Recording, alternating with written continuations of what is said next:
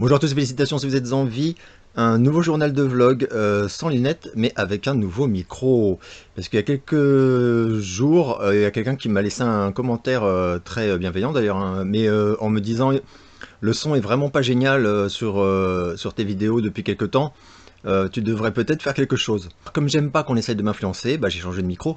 En fait, il est décédé. Voilà, tout d'un coup, plus de son, plus rien du tout. Donc j'ai pas eu le choix et j'ai changé de micro. Et je vois rien qu'au curseur qu'effectivement c'est bien mieux depuis. Voilà, je l'ai enterré au fond du jardin, fait une petite prière. Alors je voulais aussi vous remercier pour les commentaires sur la dernière vidéo sur le heavy metal et moi. Je pensais vraiment pas que c'est une vidéo qui vous parlerait à ce point-là. Même, je veux dire, même à ceux qui sont pas du tout intéressés par le sujet, mais qui étaient curieux, qui ont regardé et visiblement passé un bon moment, ont pris des trucs. Enfin, ça m'a fait super plaisir de vous lire. Ah ouais, et puis comme je suis ultra compétent, donc non seulement j'avais oublié plein de CD qui étaient dans les placards, parce que le mec il me disait mais t'as rien de Pantera, t'aimes pas? Je disais bah si, j'ai tous les Pantera, et je me disais mais putain merde. Pareil pour Megadeth, ça me l'a fait sur d'autres trucs. Ah ouais, et alors ça par contre j'ai trouvé, trop tard bien sûr, des clippings comme on dit, donc des pages de magazines et des posters que j'avais ado. Alors j'en ai perdu un milliard, hein, mais il me semblait bien qu'il m'en restait quelques-uns au fond d'un classeur. Je les ai trouvés. Vous n'êtes pas prêts. Vous n'êtes absolument pas prêts. Donc ça, je vais vous les montrer, mais en fin de vidéo, parce que voilà, pour ceux que ça n'intéresse pas du tout, ils pourront décrocher avant. Mais en conclusion de vidéo, je vais vous montrer ça. Vous allez bien rigoler, je pense. Je vais commencer par les films que j'ai vus récemment. Très peu de coups de cœur. J'ai vu Copenhagen Cowboy que j'ai bien aimé. Je peux pas dire que j'ai adoré. Il y a un épisode qui m'a particulièrement marqué, c'est l'arrivée dans le restaurant. Ça spoil pas grand chose, mais voilà, ceux qui l'ont vu comprendront. Mais globalement, non, globalement, franchement, très bonne série. On retrouve certains trucs, voilà, voilà, de la patte du réal. Ça rappelle pas Drive particulièrement, mais quand même, le côté antagoniste qui pratique le mutisme à volo, quoi, et espèce de fausse tranquillité. Enfin, vraiment, c'est non, vraiment très bien. J'ai vu également Babylone. Alors, j'ai vu Babylone. J'ai hésité à vous en faire une flashcam, comme je dis là, un petit retour très rapide. Je n'ai pas aimé ce film. Alors je sais que en France, visiblement, il plaît à une écrasante majorité. Moi, j'aime beaucoup, en plus, Margot Robbie et Brad Pitt. Je ne suis par contre pas fan du réal. J'ai pas du tout aimé La La Land. Enfin, je suis pas fan du réal, quoi. Mais il est bon, hein. C'est juste que ça me parle pas. Et là, non seulement ça m'a pas parlé, mais rien ne m'a plu. Si, c'est très beau. Dès le début, j'ai vu un peu le ton et ça aurait pu me plaire, hein, mais pas du tout. Pas du tout, du tout. J'ai pas accroché, mais je me suis même pas senti proche des persos. Du coup, voilà, c'est compliqué. Enfin, ça braille. C'est très bruyant. Ah ouais, la musique, j'ai détesté. Mais ça, c'est subjectif, hein. Voilà, je déteste cette musique, ce style de musique. Voilà, donc en plus j'ai souffert des tympans et vraiment beaucoup de bruit pour pas grand chose de mon point de vue. Alors je dis pas du tout que c'est pas bien, mais réellement ça ne m'a pas transporté, ça m'a même pas choqué en fait. J'ai pas été choqué là où j'aurais dû l'être. Donc voilà, donc bon, tant pis. J'ai vu également le film avec Jonah Hill et Eddie Murphy, You People sur Netflix, que j'ai absolument pas du tout apprécié. Je l'ai trouvé lourd, pas drôle, faussement incorrect, enfin je sais pas comment le dire. Ouais, enfin en fait c'est bidon. J'ai trouvé bidon, interminable lui aussi, vraiment. Et c'est que de la tchatch. Il n'y a aucune intrigue du coup en fait si tu ne ris pas aux premières vannes qui fusent dès les premières secondes hein, du film. Tu sais que tu vas souffrir. Parce qu'il n'y a rien d'autre pour t'accrocher en fait. Il n'y a que l'humour. Et ça n'arrête pas. C'est que du blabla. Il n'y a pas de scène. Il se passe rien. Réellement, il ne se passe rien. C'est que des gens qui se vannent et qui discutent et qui se vannent. Voilà. Voilà. Donc c'est axé sur les religions, le racisme. Peut-être quelqu'un qui est passionné par ces deux domaines, mais passionné quoi. Il va se régaler. Mais quelqu'un de normal, de mon point de vue, il est assez vite largué, dans la mesure où, une fois de plus, le réal ne cherche à t'accrocher avec rien d'autre, mais rien d'autre du tout. Alors, donc, j'ai absolument pas aimé, par contre, je dois dire que Eddie Murphy est excellent, Jonah Hill, comme d'hab, hein, enfin, là il est en pilote automatique un peu quand même, je trouve. J'ai été beaucoup plus impressionné par la performance d'Eddie Murphy, je trouve vraiment, vraiment bon, quoi. Lui, ça fait vraiment plaisir de le revoir vraiment au top, même physiquement, hein, et il va beaucoup mieux, quoi, ça se voit, quoi. Mais bon, et immense déception. Parce que je me suis dit, ouais, j'ai passé un bon moment, même si c'est pas... J'avais bien vu au pitch que c'était pas trop mon truc, mais bon. Mais là, non, non, je trouvais ça... oh putain, au secours. Bref. Donc je vais commencer à traiter vos questions. Je voulais faire un tout petit mot sur les questions. Parce que je commence à en avoir vraiment pas mal. Et j'essaye de, à chaque fois, copier-coller. Mais ça fait plusieurs fois que je me dis, je suis sûr que j'en ai zappé, que j'ai oublié des trucs et tout. Donc si jamais je réponds pas à vos questions, c'est pas que je les trouve pas intéressantes ou que, enfin voilà, c'est juste une erreur, c'est un oubli, voilà. Je voulais quand même le préciser. Et c'est parti. Est-ce que ton look ado plaisait aux filles de l'époque ou pas? Alors, donc ça, j'imagine que c'est en référence avec la photo que je vous ai révélée. Le dossier sur ma vidéo Heavy Metal. Je peux pas dire que mon look ado faisait de moi un donjon. Néanmoins, je dois quand même être honnête. Et autant j'ai dit en plaisantant que je me faisais traiter de PD tous les jours dans la rue, c'est pas vrai. Voilà, ça m'arrête. De temps en temps, ça m'arrivait. Il faut dire aussi que c'était la fin des années 80, enfin milieu et fin des années 80. Et moi, j'étais au plein cœur de Paris, du matin au soir, quoi. Et c'était une période où il y avait une grosse activité des bandes de skinhead, des trucs comme ça. Et enfin, c'était chaud, quoi. Dans Paris, c'était chaud. Donc dès que tu bougeais un peu, moi il suffisait que j'aille au puce de Clignancourt ou à Châtelet, enfin je prenais un petit risque quoi, de croiser des mauvaises personnes quoi, je veux dire. Et ça m'est arrivé, mais voilà. Par contre, je dois quand même dire ouais donc au bahut, j'ai jamais été emmerdé. J'étais avec le recul, je réalise que faut dire on était toute une bande, mais chacun assez différent. Visuellement, moi, je sais qu'on avait un pote qui ressemblait vraiment, alors lui par contre du coup à un skinhead, il avait limite le crâne rasé avec la petite toupette, le bomber et les Doc Martens. Un de mes meilleurs potes aussi qui était très lui par contre chevignon, mocassin, enfin voilà, donc pas du tout comme moi. Et un autre qui s'en fichait complètement de son look, voilà, et je fais en pétard et tout. Enfin, c'était assez mélangé et il n'y avait pas de jugement. Voilà, vraiment, je peux pas dire que j'ai été vanné ou quoi que ce soit. Il y a même plutôt des gens qui trouvaient que c'était très cool. Ça les amusait, je pense, enfin, mais pas dans le sens péjoratif, quoi. Ouais, donc pour les filles, autant j'ai énormément souffert enfant. Enfant, chaque fois que j'étais fou amoureux, et puis amoureux comme tu peux être quand t'es enfant, quoi, bah c'était pas réciproque. Je me suis fait humilier un nombre de fois incroyable, voilà, par les filles dont je tombais amoureux, quoi, qui me riaient au nez, vraiment, et publiquement en plus, enfin, c'est chaud. Et puis bizarrement, vers l'adolescence, justement, en fait, vers ces années-là, en fait, bah, tu changes physiquement aussi, enfin, voilà, tu cesses de ressembler à un enfant, en fait, et tu commences à ressembler, enfin, ton visage même commence à ressembler à celui que tu auras adulte, etc. Et là, tout d'un coup, sans que je comprenne vraiment pourquoi, ni rien, je me suis mis à... J'ai pas eu de soucis, quoi.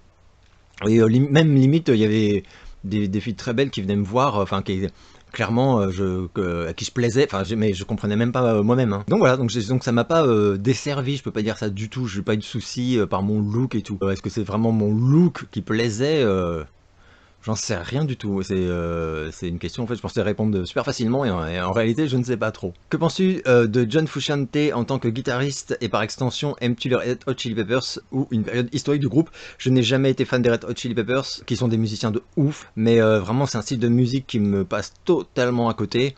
Dans le genre un peu fou, j'étais par contre extrêmement fan de Faith No More, j'avais plein de vinyles que j'ai perdu bien sûr. Mais ouais, j'étais plus Faith No More, quoi. Dans le style un peu exploration, fusion, tout ça, et un peu parfois pas comique, mais délirant, enfin voilà. Que de savoir si tu as connu dans les années 80 les Virgin Prunes et leur album If I Die, I Die. Je n'ai pas connu les Virgin Prunes dans les années 80, aussi fou que ça puisse sembler. J'en ai entendu parler parce que je crois que j'avais une copine qui était fan, mais j'avais écouté, je n'aimais pas du tout. Donc j'ai pas du tout suivi leur truc. Et c'est vrai que on me faisait écouter pas mal de choses, de Mission, tout ça, mais plein de trucs. Et j'accrochais pas, j'accrochais à rien. Moi j'avais vraiment fait fixette sur The Cure, Sisters of Mercy, Success and the Banshees. C'était le trio de trucs du milieu, quoi. Que j'avais tout. Enfin voilà, j'avais toutes les discos, j'écoutais tout le temps, tout le temps. Je trouvais que c'était tous des génies. Enfin bon. Mais sorti de ça, enfin je vois comme me disait. Bah si t'aimes ça, tu vas aimer ça, bah ça j'accrochais pas. Voilà, la musique c'est compliqué, hein, c'est comme Baos, j'ai jamais accroché, je sais plus à qui je disais l'autre jour, même Joy Division, j'ai jamais aimé. J'ai jamais aimé Joy Division quoi. Je trouve pas ça nul, mais ça me fait rien du tout, je trouve pas ça passionnant. Limite je préfère New Order quoi. Donc bref, N'as-tu jamais eu envie de faire un album de métal? Ah bah, quand j'étais ado, j'imagine, mais c'est des rêves d'adolescent, quoi. Mais quand j'ai fait de la musique adulte, non, pas du tout.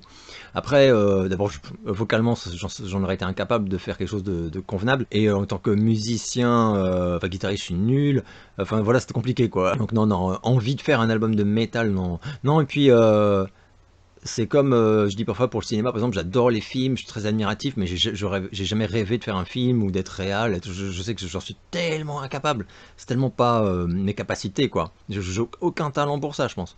Donc là, c'est un peu pareil, c'est un truc où, ouais, non, j'aurais jamais pensé aller vers là. Alors surtout pas en tant que Français, enfin là, c'est carrément dead. Je pense que j'ai bien fait d'aller là où je suis allé. As-tu déjà vu Hostile de Scott Cooper? Premier visionnage, j'avais trouvé, j'adore Hostile, c'est un film extraordinaire. Je l'avais trouvé superbe, là je l'ai revu dans de meilleures conditions que la première fois. Chef-d'œuvre à mes yeux, western crépusculaire, contemplatif au sommet. Alors je suis entièrement d'accord. J'ai adoré ce film, adoré, adoré. Et d'où d'ailleurs ma vraie déception devant Pale Blue Eye, je sais plus là le, ouais. Enfin, je vous en ai parlé il y a pas longtemps. Christian Bale extraordinaire. Enfin, non, non, immense film. Aimes-tu U2? Si oui, quel est ton titre préféré? Alors non, je suis vraiment pas fan de U2, j'ai jamais été. Néanmoins, j'ai toujours écouté, mon père était fan de U2. Il y a un seul truc que j'ai en maxi CD, c'est la BO du Batman. Hold Me, Thrill Me, je sais plus quoi. J'adore cette chanson, je la trouve magnifique. Pour le reste, ça m'a jamais vraiment touché au point de d'écouter pour le plaisir et tout. Il y a quelques artistes comme ça, Springsteen c'est pareil, hein, j'ai aucun album de Springsteen, j'ai jamais... Mon père était très fan aussi, donc par contre je connaissais bien quoi, parce que ça passait à la maison. Il y a Missing, c'est la seule chanson que j'ai pareil en maxi CD, pour la BO là, du Philadelphia, je crois. Je serais très curieuse d'avoir ton ressenti sur deux films, si tu les as vus, de Reflecting Skin, L'Enfant Miroir, de Philip Ridley et Little Fugitive, Ashley Gallorkin, et un troisième, le sublime à mon sens, Rumblefish de Coppola. Lui a priori je n'ai pas trop de doute sur le fait que tu l'aies vu. Alors figure-toi que L'Enfant Miroir je l'ai vu, ça m'avait bouleversé. C'est un film extraordinaire. Il faut absolument que je le revoie. Donc c'est de mémoire, enfin sans spoiler, mais c'est un gamin qui a une vie très dure avec un père terrible et une mère pas franchement mieux, et qui va se mettre en tête que la voisine est un vampire. Enfin c'est génial, c'est génial, génial. Par contre, je n'ai pas vu Little Fugitive, ça ne me dit absolument rien. Et Rumblefish, je l'ai vu, je crois même que c'est le premier... Non, c'est peut-être pas le premier film avec Mickey Rourke que j'ai vu. J'avais vu Johnny Bell Girl avant. Mais chef-d'œuvre. Alors ça, bah, je l'ai en DVD de mendiant. Mais c'est un film magnifique, magnifique, magnifique. Et tant que j'en rajoute un quatrième, le bouleversant Rolling Thunder de John Flynn. Ça, c'était...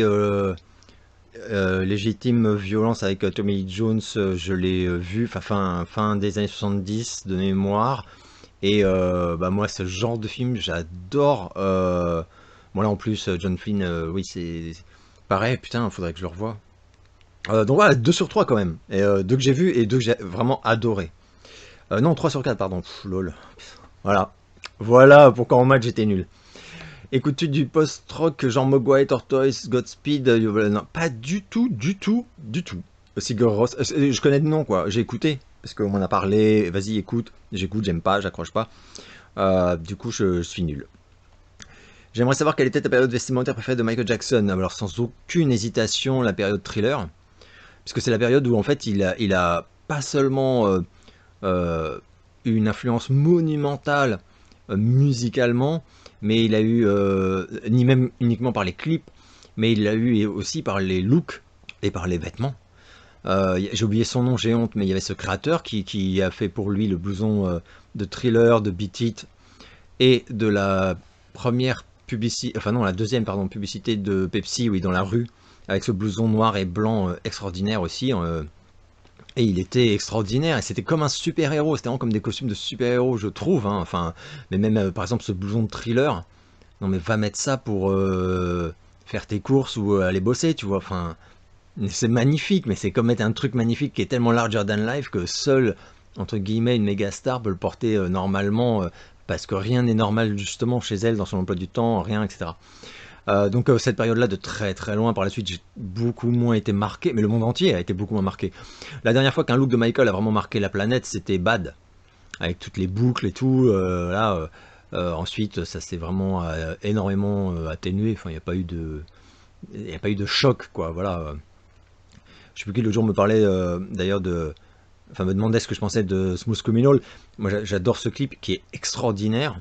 Mais par exemple, voilà, il est en costard cravate façon mafia. Enfin, c'est même pas propre à lui. Enfin, il n'y a rien de nouveau, quoi. C'est juste, c'est pas un look intéressant, par exemple. C'est pas Michael, quoi. Voilà. Que penses-tu du chanteur-compositeur, producteur Brian Wilson du groupe The Beach Boys, qui est considéré comme l'un des meilleurs compositeurs de pop du XXe siècle? As-tu vu le film qui raconte une partie de sa vie, Love and Mercy?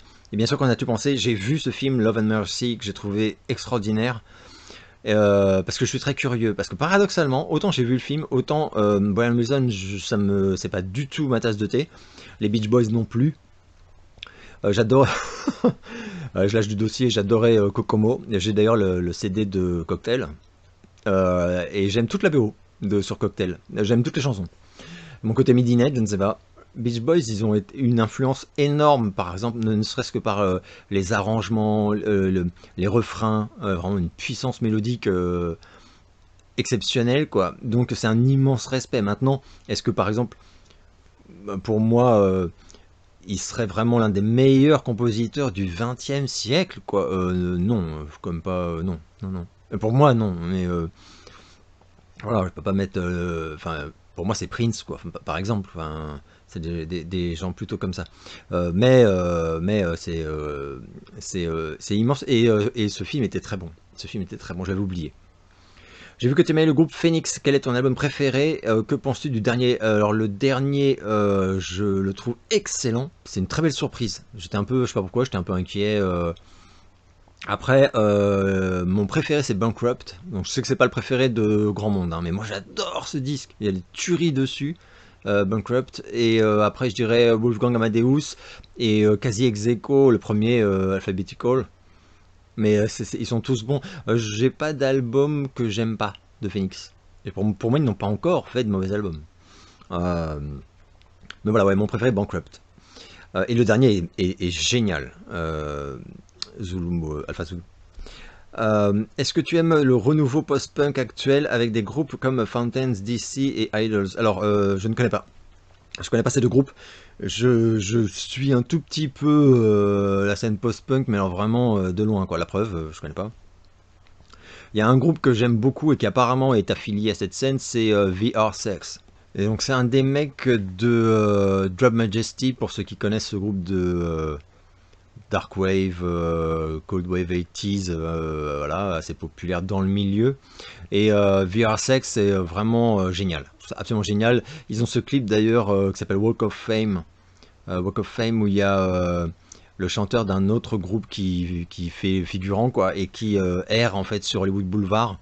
Il y a d'ailleurs un caméo de Angeline. Faut que je fasse cette putain de vidéo sur la mini-série Angeline.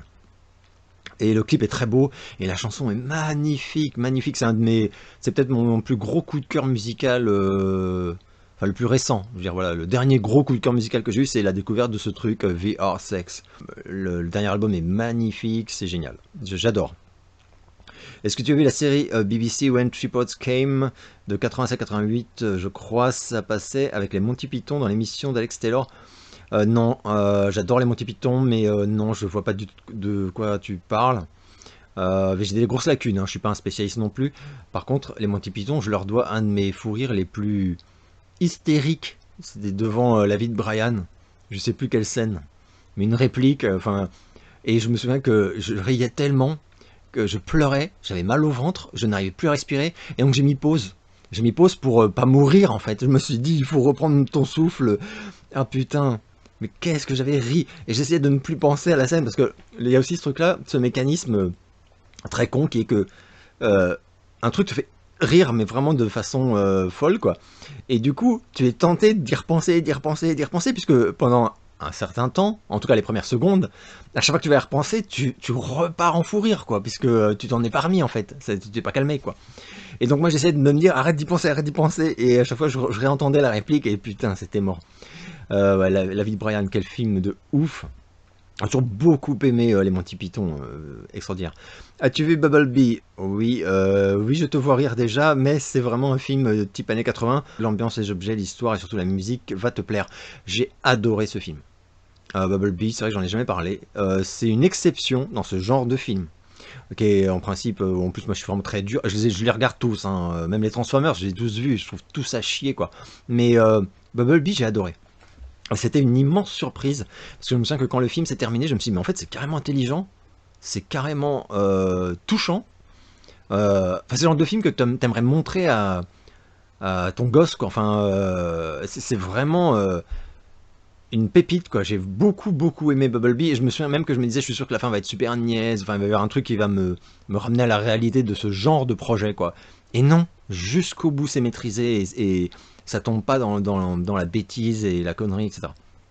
Donc, ouais, je l'ai vu et j'aime beaucoup ce film. Il faut absolument que je me le prenne d'ailleurs. Parce que je l'ai pas par contre, en physique. As-tu maté les vidéos de Pizza Hall? C'est un youtubeur ciné-horreur du Kentucky. Mais on a déjà parlé de ça. Tu m'avais dit être fan du gars. Ouais, on en a déjà parlé tous les deux. Alors moi j'aime beaucoup ce mec. C'est d'ailleurs, je comprends pas trop parce que ouais, j'adore son univers.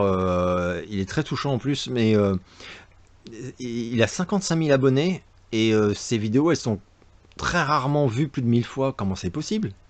Je comprends pas. C'est YouTube qui bloque toutes ses vidéos. Il a acheté des abonnés. Je comprends pas en fait. 55 000 abonnés, tu sors un truc. En plus, c'est une chaîne vraiment thématique.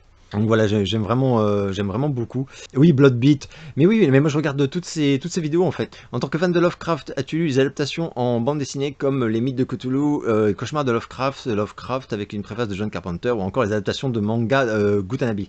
Gutanabe, je ne sais plus comment on dit son nom, mais je vois très bien les mangas dont tu parles, parce que je les ai même feuilletés, c'est extrêmement beau. Je les ai pas lus, j'ai des amis qui les ont, j'ai même pas mal d'amis en fait qui les lisent hein, à chaque dès que ça sort. Moi j'avoue que Lovecraft, non, j'ai juste lu voilà, Lovecraft quoi. Enfin, et des bios, hein. J'ai pas mal de bouquins sur Lovecraft par contre. Mais non, j'ai pas lu. Et les BD, tu sais, vraiment, c'est pas trop ma cam. Donc je suis très vite largué sur ce qui se passe dans l'univers de la bande dessinée. Et j'ai pas le réflexe de la bande dessinée quoi. C'est vrai, hein. Donc non, je n'ai pas lu. Les mangas, on en parle beaucoup, hein, parce qu'ils sont vraiment remarquables. Donc ça, j'en ai entendu vraiment plus parler peut-être que... Enfin, les cauchemars de Lovecraft aussi, je vois très bien quel BD c'est. C'est très beau, hyper ambitieux. Bon là, c'est comme des ouvrages magnifiques hein, dont tu parles. Que penses-tu du cinéma de Night Shyamalan? Quel est ton film préféré? As-tu des attentes pour son prochain Knock at the Cabin? Alors Knock at the Cabin, les retours sont très variés. J'avais vu d'abord des retours dithyrambiques et après il y a eu un premier retour ultra mitigé et là ça fait depuis hier je crois que j'ai vu 2-3 avis carrément enfin de gens qui n'ont pas du tout aimé quoi. Du coup je suis très curieux et c'est prévu que j'aille le voir au ciné cette semaine. Donc oui, j'aime beaucoup le cinéma de Night Shyamalan parce que c'est quelqu'un qui a une vraie patte, une vraie identité et c'est tellement rare. Donc ouais, je lui pardonne tout. Moi, il y a des films, il y a un seul film de lui que j'ai vraiment pas du tout aimé, c'est La jeune fille et l'eau, ou La jeune fille de l'eau, je sais plus comment ça s'appelle. J'ai vraiment trouvé ça nul. Ça vraiment, ça m'avait choqué je comprenais pas. Je l'ai quand même revu d'ailleurs, quand même, hein. Je me suis refarci une deuxième fois des années plus tard et je trouve ça encore pire. Sinon, j'aime énormément The Visit. Je sais que c'est pas le cas de tout le monde, hein, parmi les fans de Shyamalan. Moi, The Visit, je trouve ça excellent. J'aime beaucoup The Village aussi. Je fais exprès de citer des trucs qui sont pas unanimes. Phénomène, j'ai bien aimé. C'est pas, après, Mark Wahlberg, bon. Mais non, j'ai quand même bien aimé. Je trouve pas que c'est nul. Par exemple, Phénomène, contrairement à certains, hein, je sais plus encore qui disait que c'était vraiment à chier l'autre jour. Et après, bon bah voilà. Incassable, enfin Sixième Sens, il y a après la liste Split, que j'ai beaucoup aimé également. Mon préféré c'est Sign quand même, hein. Là, vraiment, hein, clairement. C'est pour ça d'ailleurs que ça fait quand même pas mal de personnes qui font un parallèle entre Knock at the Cabin et Sign. Du coup ça m'intrigue aussi parce que Sign c'est vraiment mon film préféré. Mais il y a une ambiance tellement particulière dans Sign. C'est clair que je pense pas qu'elle soit dans Knock at the Cabin, quoi. Ça a l'air quand même assez différent. Mais voilà, ouais, un immense cinéaste que j'aime beaucoup, et vraiment à qui je pardonne beaucoup. Old, par exemple, j'ai passé un super moment jusqu'au final. Ah, le final, par contre, je lui aurais mis des baffes quand même. C'était vraiment nul. C'est comme si, en fait, un adulte hyper inspiré avait écrit tout le scénar, et qu'il avait confié l'écriture de la conclusion-résolution de tout à son gamin de 8 ans. Franchement, hein, c'est pas possible. J'ai pas capté. Habitant au Texas, je me suis abonné à la chaîne de streaming Shudder, l'équivalent de Shadows, mais aux USA, ouais, je connais très bien Shudder. Bah, sans Shudder d'ailleurs, je pense que les mecs de Shadows auraient jamais eu l'idée de se lancer dans l'aventure. Je découvre plein de films d'horreur étrangers, tels que Satan's Slave, Satan's Slave 2, alors tu me décris chaque film, Extraordinary, Terrified, The Last Matinee. Je connais Satan's Slave, ça me dit quelque chose. Terrified aussi, mais les autres je connais pas. Par Extraordinary qui est plutôt humoristique, les 4 autres font bien peur, surtout Terrified. Les connais-tu? Non, je les connais pas, tu vois, donc je vais garder ta liste pour aller fouiner ça. J'ai comme un doute sur Satan's Slave, le premier, et Terrified. Mais c'est très flou, donc je peux pas trop me prononcer dessus, quoi. Sinon, côté musique, connais-tu ces différents groupes? Brian Johnson Massacre, ouais, bien sûr, enfin de nom. J'ai écouté un peu, hein, mais c'est pas mon style. Rock psychédélique, voilà, c'est pour ça que c'est pas mon style. Boards of Canada, électro ambient, ouais, ça je connais bien aussi. Explosion in the Sky, instrumental post-rock, je connais. Explosion in the Sky, je crois que c'est Nicolas d'ailleurs qu'on a parlé il y a pas longtemps. Ori Katsumi Project, Jazz Fusion, alors moi dès que c'est jazz, je vais pas aimer. Et en plus Fusion, j'ai du mal quand même, hein, quelques rares exceptions près. Dernière question sur un groupe peu connu avec 3 sous-questions. Putain, vous me faites des problèmes de maths, les gars. Que penses-tu de Pink Floyd? C'est tellement pas ma tasse de thé, mais immense respect, quoi. Enfin, donc voilà, encore un groupe qui a tellement influencé des groupes de pop que par contre je vénère. Voilà quoi. Préfères-tu Lair Syd Barrett, Roger Waters ou David Gilmour? Alors, ouais, alors. Je réalise que je connais quand même suffisamment bien pour voir de quoi tu parles. Alors moi clairement Roger Waters. Même si David, en fait Syd Barrett, celui qui c'est la, enfin c'est l'air qui me parle le moins, quoi. Après non, après là c'est trop pointu. Les dernières questions sont trop pointues.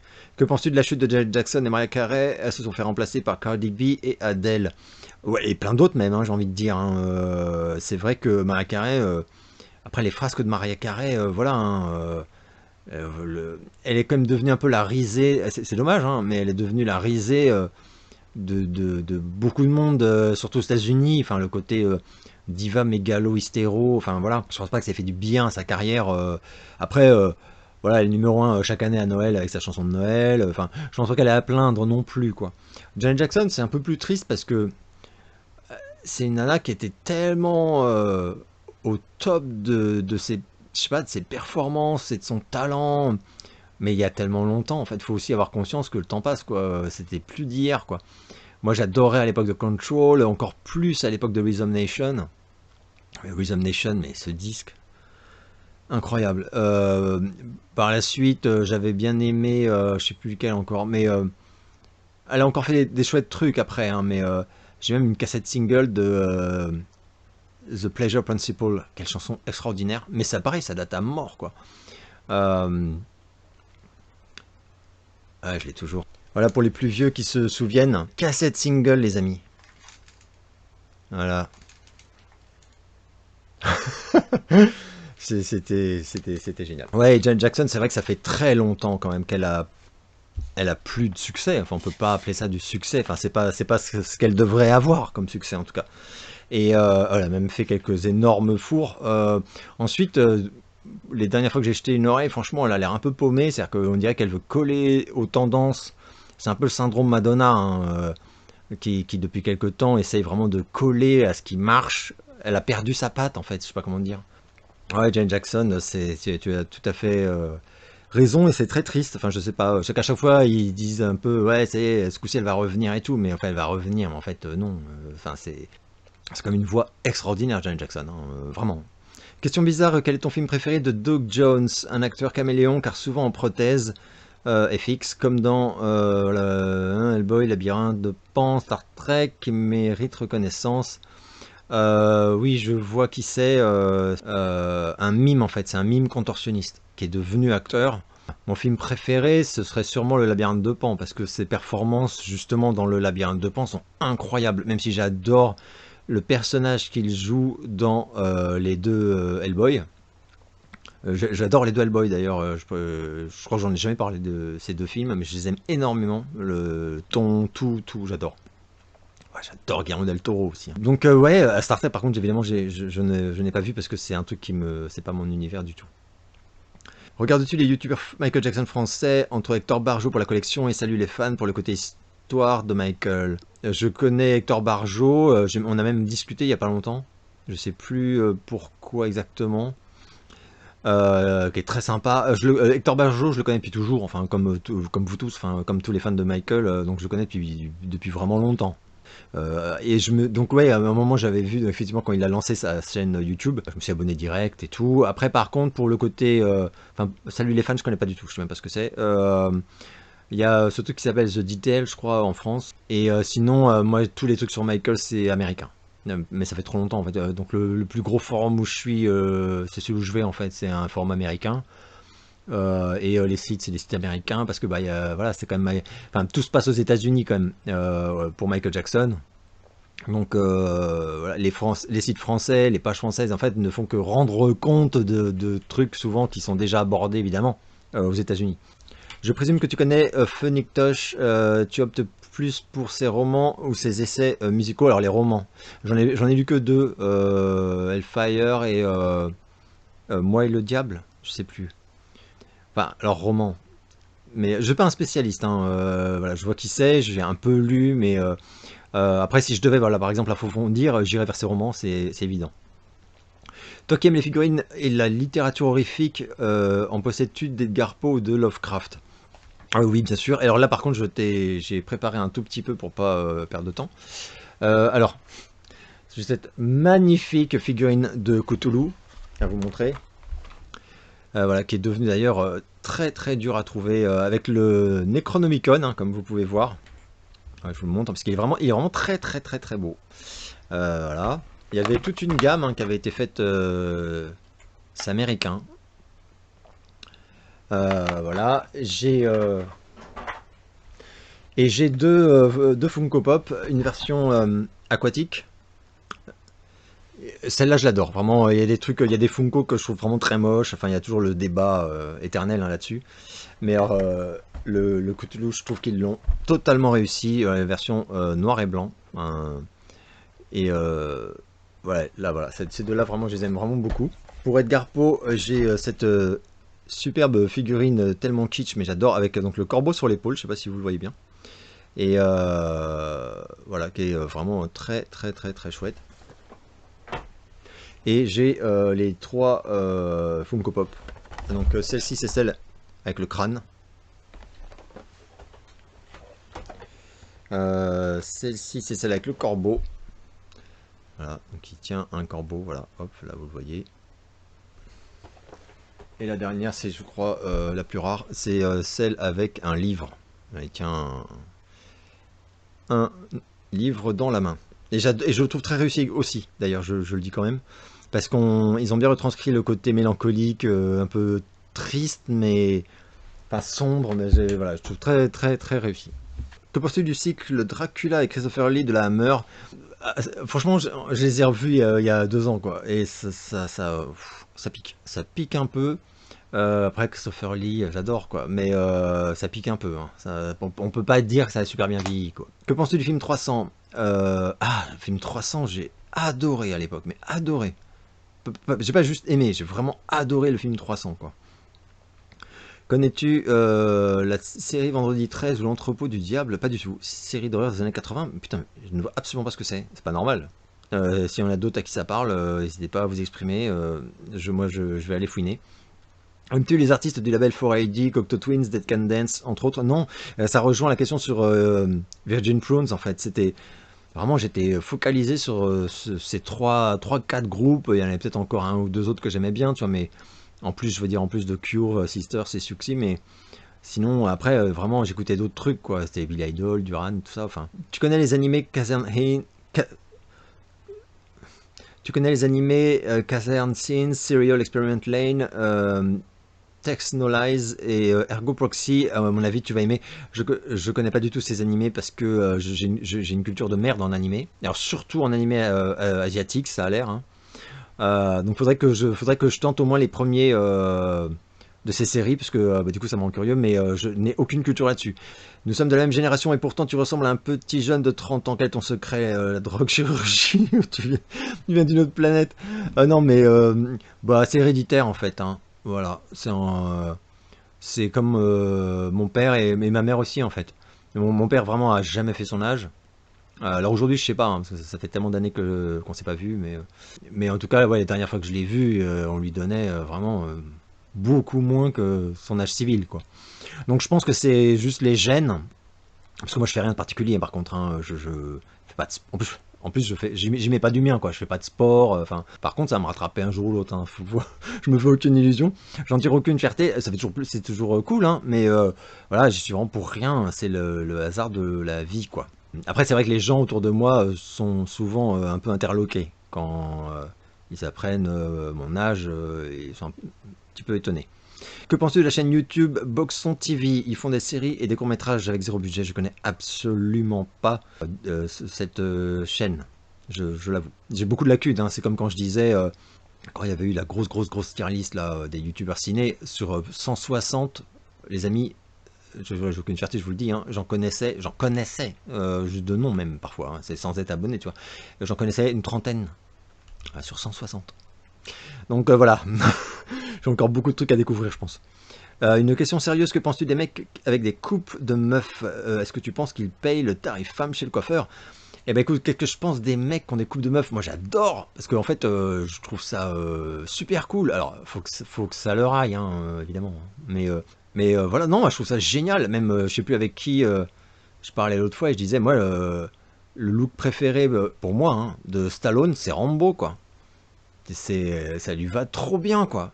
Même Rambo 3, même, je dirais. Où il a vraiment les cheveux vraiment longs. Il est trop cool, quoi. Ou quand même Conan, tu vois. Enfin, c'est des... Non, non, moi, voilà. Donc, parce que bon, coupe de meuf, c'est cheveux longs, en fait, hein. Mais bon, si vous me connaissez un peu avec mes goûts, j'adore, évidemment. Donc, voilà, vous savez que c'est un truc que je trouve super cool, quoi. Super beau, quoi. Et sinon, bah, c'est évidemment, oui, bien sûr qu'il paye le tarif femme, évidemment. Parce que moi, donc, toutes les années où j'ai eu les cheveux longs, et ça a quand même duré une longue période de ma vie, les rares fois où je suis allé chez coiffeur, parce que souvent je me les coupais moi-même, bah, je payais plein pot le tarif femme, comme on dit. Et d'ailleurs, ils te préviennent quand t'arrives, hein, ils te disent, voilà, hein. Mais parce qu'en fait, c'est un truc de mauvaise foi. Après, c'est aussi des expressions d'un temps qui est révolu, en réalité. Enfin, les coiffeurs, en 2023, on ne devrait plus lire tarif homme, tarif femme, quoi. C'est tarif court, tarif long, en fait. Parce qu'une femme qui se ramène avec les cheveux longs comme ça, elle ne va pas, normalement, s'ils sont honnêtes, elle ne va pas payer, évidemment, le tarif femme. Genre, elle a les cheveux courts comme un mec, même plus courts que les trois quarts des mecs. Donc, c'est une question de longueur de cheveux, parce que c'est une question de temps passé et de produits, voilà. C'est sûr qu'on va te mettre beaucoup plus de shampoing, on va passer beaucoup plus de temps à tout, enfin, donc c'est normal. Et moi, par exemple, la première fois que je suis allé chez le coiffeur, après avoir eu vraiment les cheveux longs, c'est après me les être vraiment laissé pousser, quoi. La personne m'a dit d'entrée de jeu, ça va être tarif femme. Alors elle a dit tarif femme, mais elle m'a tout expliqué. Elle a dit c'est juste parce que vous les avez extrêmement longs, quoi. Et j'ai compris évidemment, ça me semblait tout à fait logique. Et d'ailleurs, petite anecdote, parce que j'étais allé parce que mon père m'y avait forcé. Ça faisait des mois et des mois qu'il disait tu as coupé ses cheveux et tout, c'est trop moche et tout machin. Et un jour il se ramène et il me donne l'argent, quoi, et il me dit un samedi, il me dit ça suffit, tu vas chez coiffeur. Et donc j'y vais. Voilà, parce que bon là je me dis bon je vais y aller. Mais je suis un petit malin donc je vais pas chez n'importe quel coiffeur. Je vais chez un coiffeur que j'avais repéré qui s'appelait Rock Air sur place de Châtelet, au Hall, à Paris, et qui était très punk, rock, enfin qui faisait un peu des coupes extravagantes, enfin qui était moderne, quoi. Je vous parle de ça, c'était en 86, 87 donc, hein. Et j'arrive et la nana me demande, donc elle me prévient et elle me dit qu'est-ce que tu veux comme coupe et tout. Et je lui dis, bah moi ce que je voudrais c'est genre Nicky Six, quoi. Et c'est drôle parce qu'en fait elle connaissait, elle voyait très bien de quoi je parlais. Et elle m'a fait du coup une coupe, elle m'a fait une frange comme ça, des cheveux un peu gonflés en pétard et tout. Putain, j'étais trop fier, j'étais trop fier. Donc, bref, je rentre à la maison, mon père me regarde et il y a c'est le truc blanc là qui passe là, et il me dit, mais très sérieusement donc, hein, bien sûr, il me dit, c'est la première fois de ma vie que je vois un mec aller chez le coiffeur, il revient, on dirait qu'on lui a rajouté des cheveux. Oh putain, extrêmement énervé. Et après je m'étais dit, non mais tu m'as dit d'aller chez le coiffeur, tu m'as pas dit d'aller me faire couper les cheveux plus courts. Enfin voilà, faut un peu savoir, faut être clair. C'était drôle, c'était drôle. Et c'était la dernière question pour ce numéro du journal de vlog. J'espère que vous allez bien et je vous donne rendez-vous très bientôt pour une nouvelle vidéo. On va donc passer au poster que j'ai retrouvé de mon adolescence. Alors voilà, on est parti. On va passer en revue donc des clippings que j'ai gardés, voilà, que j'avais mis au mur à l'époque, hein. Alors magnifique, magnifique couverture.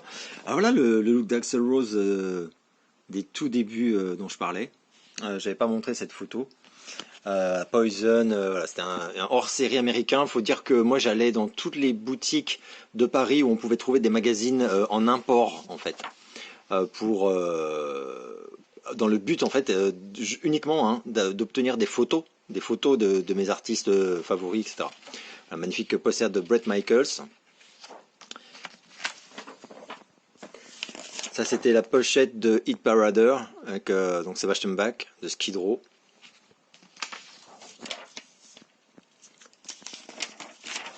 Un poster de Poison du meilleur goût. Ah putain. Mais Bret Michaels, je le trouvais trop cool à cette époque, hein. Oh, mon dieu, mais ça aujourd'hui, mais ça ne passerait plus. Ça passerait, mais ça ferait du bruit, quoi. Nicky Six, voilà, dont je vous ai parlé, qui était vraiment le mec qui... Ah tiens, voilà, une photo de Poison encore, au dos. Tiens, même séance photo que tout à l'heure, mais avec une autre pose. Une photo de Mike Tramp, donc le chanteur de White Lion, le groupe dont je vous parlais d'ailleurs, parce que voilà, encore lui là. Parce que je sais plus où sont les CD, mais bon. Sebastian Bach, donc Skid Row. J'étais très fan de Skid Row, donc pendant quelques années, entre le premier album et Slave to the Grind, mes murs entiers étaient tapissés de photos de Skid Row, j'écoutais mes H24, voilà. Je trouvais ça incroyable ce groupe. C'était surtout Sebastian Bach qui m'impressionnait par son chant, enfin après les compos étaient ouf, faut dire, hein, mais grosse hype. C'est encore...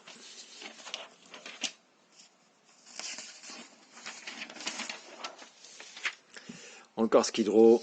C'est marrant parce que là, la pose, ça fait vraiment, on dirait plus Rick Astley, quoi. Là, on est plus à nouveau dans le métal, quoi. Mais bon, c'est un peu plus paradeur. L'autre, je pense que c'était autre chose.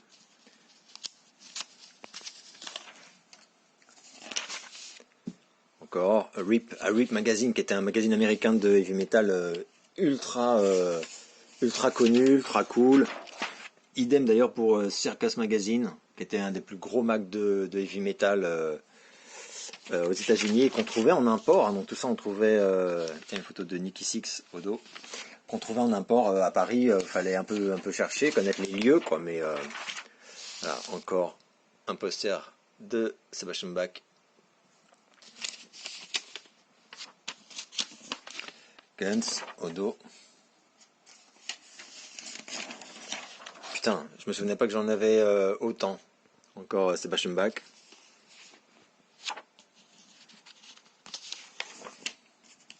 Ah, ça va changer un petit peu.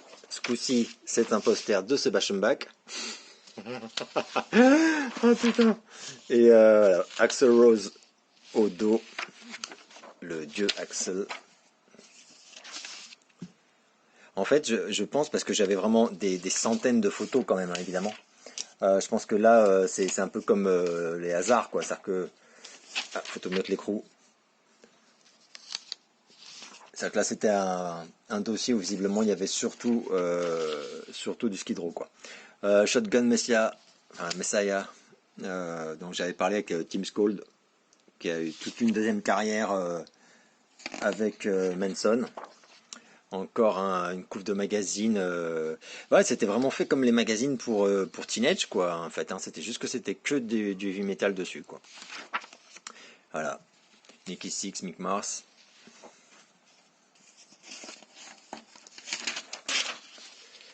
Skid Row. Oh là, là, il y a du gros poster. Guns. Guns, quand ils étaient jeunes, hein, clairement. Là c'est Ozzy visiblement, ouais, tout à fait. Ah là on a on a du Guns là. Ah, Guns N' Roses, magnifique photo.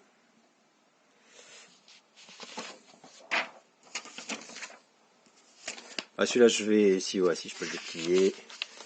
Ah bah Skid Row et Guns, alors là c'est le... Skid Row en mode Miami Vice un peu, hein, je trouve. Petit côté glam. Et attends, c'est marrant, ils ont quasiment la même pose. Et Axe Rose. Voilà, Guns, j'en étais fou malade. Hein. Guns N' Roses, c'est vraiment un des plus grands groupes du monde et un des groupes qui a le plus marqué ma vie. Voilà, voilà, là ça, on arrive dans des trucs d'Axl Rose. Kerrang, immense magazine anglais qui était hyper important. J'étais complètement obsédé par ce bracelet menottes à l'époque. Un hors-série Guns N' Roses. Celui-là, je m'en souviens trop bien le jour où je l'ai vu. Je me suis dit, oh putain, et tout, et il était hyper cher. Et sachant que j'avais pas trop de sous, mais je l'ai quand même pris. Et j'adore ce badge. Never too young to die. Excellent. Oh waouh, magnifique photo. Le mec est extasie malgré lui quoi. Et, ça c'est des looks, mais des looks de taré. Oh d'ailleurs, exactement cette séance photo, mais exactement celle-ci, hein, vous vous en souviendrez. Hein. J'ai un truc qui arrive, voilà, qui est parti des États-Unis hier et que j'attends. Alors ça va mettre du temps pour venir, mais quand je l'aurai reçu, je vous le montrerai et vous comprendrez. Mais c'est exactement cette séance photo qui est l'inspiration. Voilà, des posters de Guns après, voilà, période Use Your Illusion visiblement. Skid Row.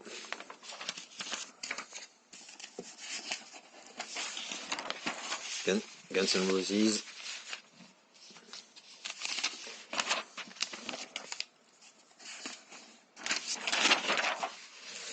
Et encore Guns. Et je crois que c'est tout. Après, j'ai encore des conneries, hein, pas vous mentir, hein, mais vous voyez, c'est des trucs un peu plus récents de poster de Marilyn Manson, des trucs comme ça. Voilà. Et ça ira pour cette fois.